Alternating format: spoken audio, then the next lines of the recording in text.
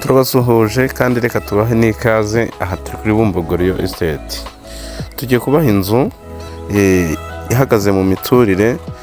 Ahangaha tuvuye, aha dusohotse niho tugiye kubaha, mutaza kuhitiranya n'ahandi. Hano dusohotse niho tugiye kubaha. Ni mu miturire muri R1.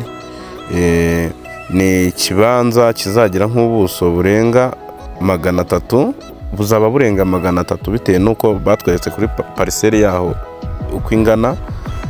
Icyangombwa ntago cyihariye, ahubwo hazabaho gukatisha cyangwa se gukuraho ubuso uguze.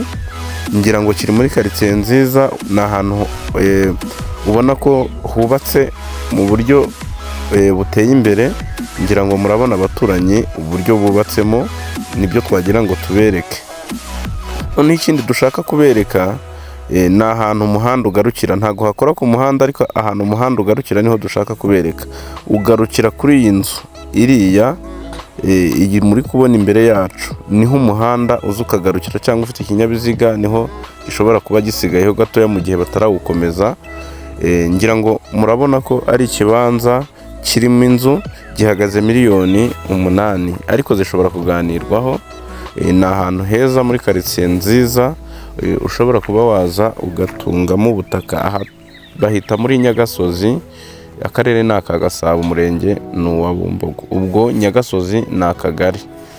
Ni ahantu heza cyane, ahantu hateretse, ahantu hadahenze ugereranyije n'uko ibibanza biri kugura bitarimo ikintu.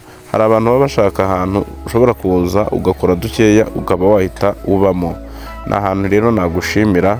Reka mbakundishe akagari ka Nyagasozi, kuko ni kamwe mu tugari turi kugerageza guhenduka kurusha utundi tugari twegereye umujyi wa Kigali cyane. Rero murakoze kuba mudukurikira, turabashimira cyane.